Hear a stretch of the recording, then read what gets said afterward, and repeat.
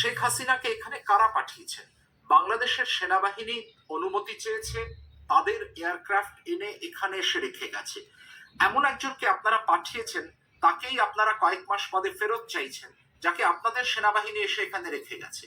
তাদের কাছে আগে জবাব চান, এখানে পাঠানো হলো কেন? প্রধান উপদেষ্টা বললেন যে এগুলো বন্ধ করতে হবে, করা যাবে না, কিন্তু উনি তো চেয়ে চেয়ে দেখলেন একটা কিছু, মানে এটা আওয়ামী লীগের বিরুদ্ধে, এই একটা জিনিস হইলেই বাস সব যায়।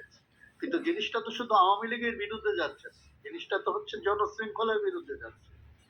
মানে এটা তো পরিণতি ভয়াবহ হতে পারে। সরকার হয়তোবা তা নিয়ন্ত্রণ করতে পারছে না, এই মব কালচারটাকে বা যেভাবেই আমরা বলি না কেন এই ধ্বংসযজ্ঞটাকে নিয়ন্ত্রণ করতে পারছে না। দ্বিতীয়ত হতে পারে তাদের একটা মৌন সম্মতি আছে, যা একটি দেশের জন্য আসলে দিন শেষে ক্ষতিকর। এতে করে আন্তর্জাতিকভাবে যেমন দেশের ভাবমূর্তি ক্ষুণ্ণ হয়েছে, সরকারের সক্ষমতা নিয়ে প্রশ্ন দেখা দিয়েছে কোনো কোনো রাজনৈতিক দলের মধ্যেও। আগে ঘোষণা দিয়ে দীর্ঘ সময় নিয়ে সমাবেশ করে গিয়ে স্থাপনায় হামলা করা এবং সেইখানে ক্ষতি করা এবং 3 দিন 4 দিন ধরে সেটা একটানা চলা, সেখানে আইন শৃঙ্খলা বাহিনীর কোনো তৎপরতা না দেখা, এটা কি সরকারের সচেতন উদাসীনতা, নাকি এটা সরকারের পক্ষ থেকে পরোক্ষভাবে কোনো সমর্থন? এটা যদি আমি সমীকরণ মেলাতে যাই, তাহলে এটার একটাই উদ্দেশ্য থাকতে পারে, যে নির্বাচিত জনপ্রতিনিধিদের কাছে ক্ষমতা হস্তান্তরের যে প্রক্রিয়া, সেটাকে বিলম্বিত করা। ঘোষণা দিয়ে দীর্ঘ সময় নিয়ে সমাবেশ করে গিয়ে স্থাপনায় হামলা করা এবং সেইখানে ক্ষতি করা এবং 3 দিন 4 দিন ধরে সেটা একটানা চলা, সেখানে আইন শৃঙ্খলা বাহিনীর কোনো তৎপরতা না দেখা, এটা কি সরকারের সচেতন উদাসীনতা, নাকি এটা সরকারের পক্ষ থেকে পরোক্ষভাবে কোনো সমর্থন? এটা যদি আমি সমীকরণ মেলাতে যাই, তাহলে এটার একটাই উদ্দেশ্য থাকতে পারে, যে নির্বাচিত জনপ্রতিনিধিদের কাছে ক্ষমতা হস্তান্তরের যে প্রক্রিয়া, সেটাকে বিলম্বিত করার জন্য প্রচেষ্টাটা করা হয়েছে। অনেক দূর থেকে একটা গেম তৈরি করা হয়েছে। বিচার হচ্ছে না, বাংলাদেশের এত এত সমস্যা, সেগুলো পরিবর্তন হচ্ছে না, কিন্তু শেখ হাসিনার দোসররা এখনো বাংলাদেশে আছে, কিন্তু সে ওখান থেকে বক্তৃতা দিয়ে যাচ্ছে।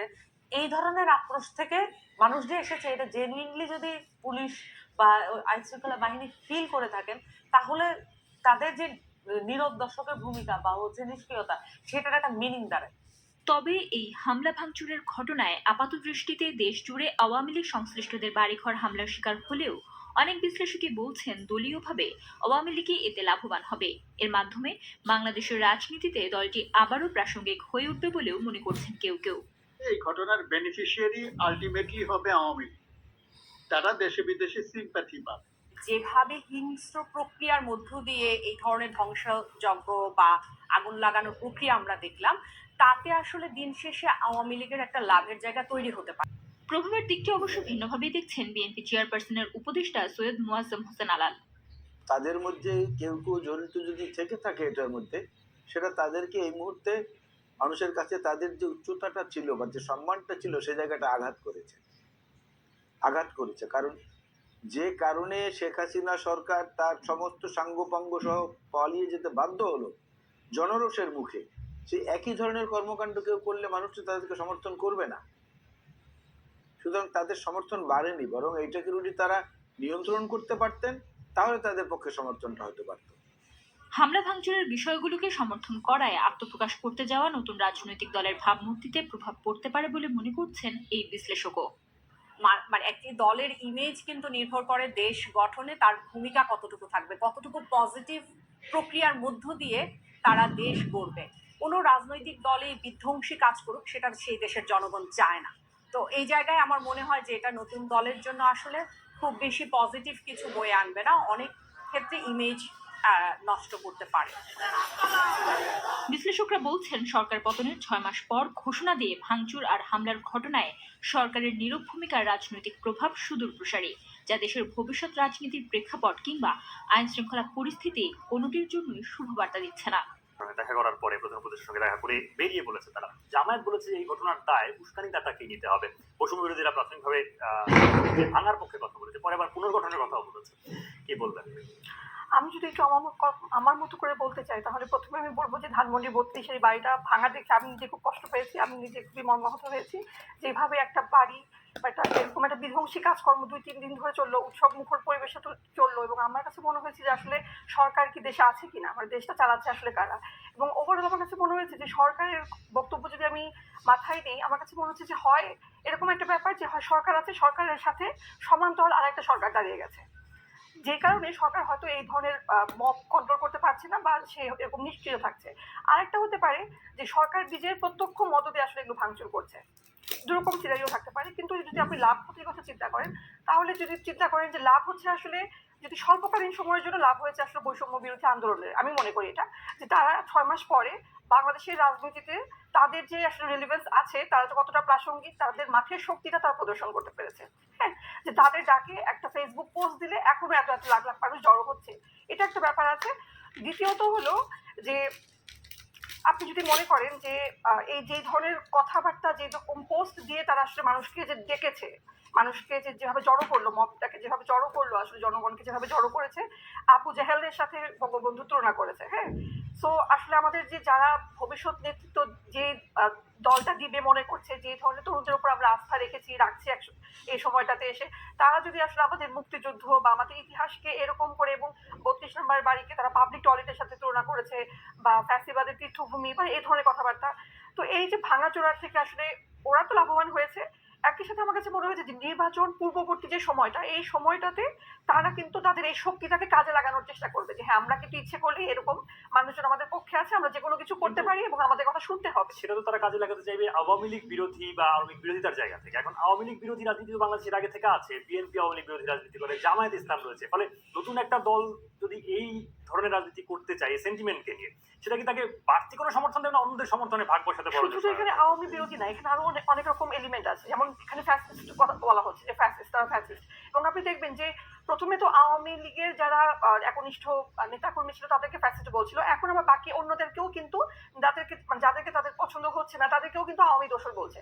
যেমন, এবং এই ভাঙচুরের দেখেন একটা কন্টিনিউয়েশন আজকে বইমেলাতেও যেটা দেখলাম, যে বইমেলাতে যেটা হলো আমি একটু বলি, যে ওখানেও দেখলাম যে ভাঙচুর করছে, এবং ওই যে ধানমন্ডিতে যেরকম করেছে যে ভাঙচুর করে নারায়ে তাকবীর বলে ভাঙচুর করছে, এরকম একটা মেসেজ আমরা পেয়েছি। আজকেও কিন্তু ওই নারায়ে তাকবীর বলে ভাঙচুর করলো বা বললো।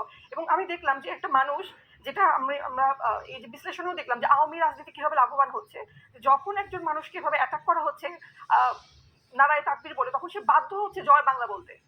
তার মানে জয় বাংলাটাকে আপনি জোর করে ফিরিয়ে নিয়ে আসছেন কিন্তু এখানে, মুখোমুখি একটা অবস্থানে আপনি দাঁড় করিয়ে দিচ্ছেন। আপনি যেমন করে বলছেন যে আপনার এক ধরনের খারাপ লাগার অনুভূতি তৈরি হচ্ছে, কিন্তু সেটা কি কাউকে, যদি কারো শেখ হাসিনা সরকারের প্রতি ওই রকম ক্ষোভের জায়গা থেকে থাকে, আওয়ামী লীগের প্রতি ক্ষোভ থাকে, সেইটাকে বদলে দেখুন, আপনার মুক্তিযুদ্ধের যে ইতিহাস, এটা কিন্তু আপনি আমাদের ইতিহাস থেকে সরাতে পারবেন না। এবং এই গত 15-16 বছরের যে শেখ হাসিনার যে অত্যাচার, নিপীড়ন, শোষণ, সেখান থেকে আপনাকে মুক্তিযুদ্ধকে কিন্তু আলাদা করতে হবে। এবং আমরা আমাদের বিভিন্ন উপদেষ্টা যারা সমন্বয়ক ছিলেন এক সময়, তাদের মুখেও কিন্তু শুনেছি যে 71 পর্যন্ত শেখ মুজিবের ভূমিকা রিকগনাইজ আমরা করব।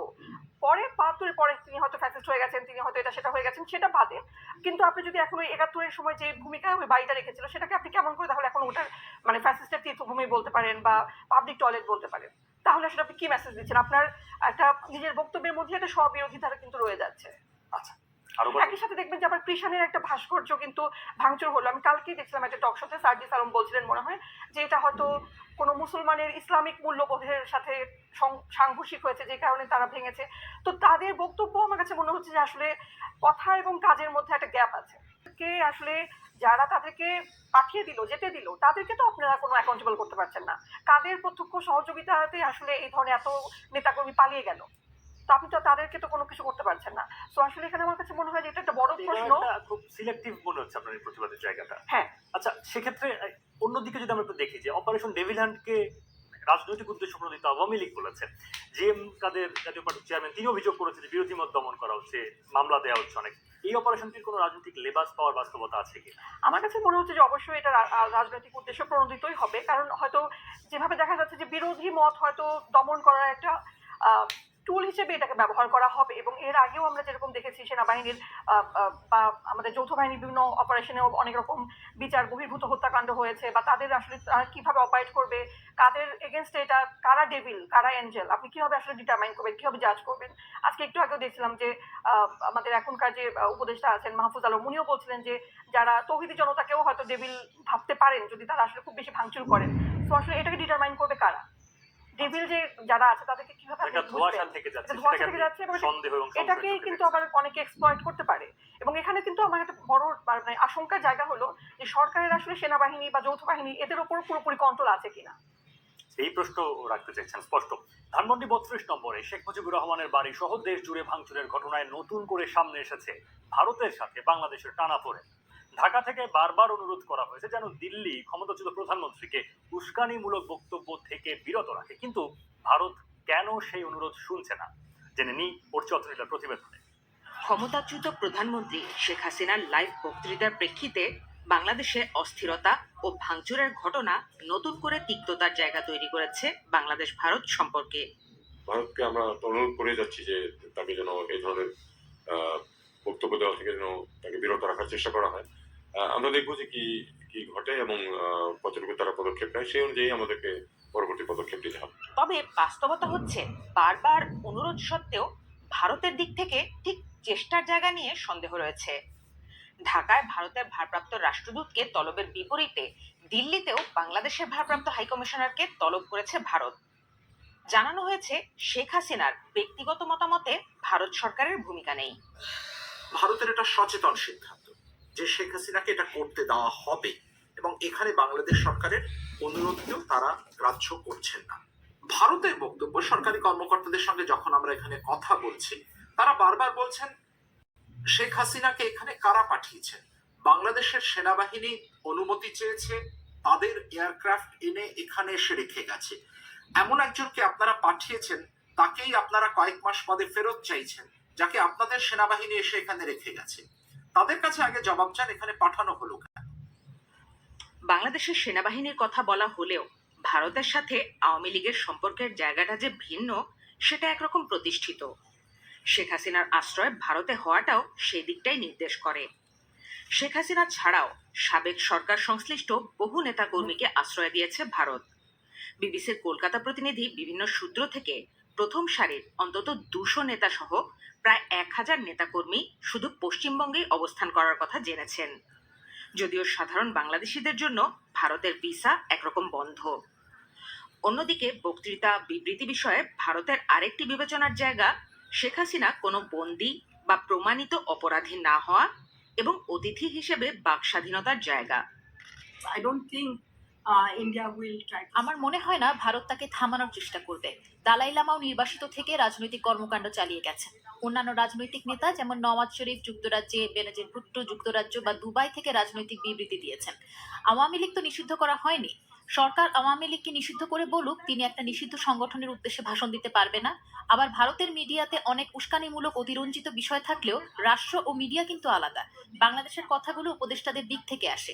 ছাত্র উপদেষ্টাদের বিবৃতি উস্কানিও বন্ধ করা প্রয়োজন। All kind of statement, provocation. ভারতের দিক থেকে বাংলাদেশের অভ্যন্তরীণ সমস্যায় ভারতকে দায়ী করা বা নেতিবাচকভাবে দেখানোর কথা বলা হয়েছে। অন্যদিকে ধানমন্ডি ৩২ নম্বরে ভাঙচুরের ঘটনায় ভারত যে নিন্দা জানিয়েছিল সেটাকে অভ্যন্তরীণ বিষয়ের বিবেচনায় অপ্রত্যাশিত ও অনাকাঙ্ক্ষিত উল্লেখ করেছে বাংলাদেশের পররাষ্ট্র মন্ত্রণালয়। শেখ হাসিনার কথা বলাকে কেন্দ্র করে যেখানে বাংলাদেশে তুলকালাম বেঁধে গেল, সেখানে তার বয়ান দেওয়ার ক্ষেত্রে ভারত কি দায় এড়াতে পারে?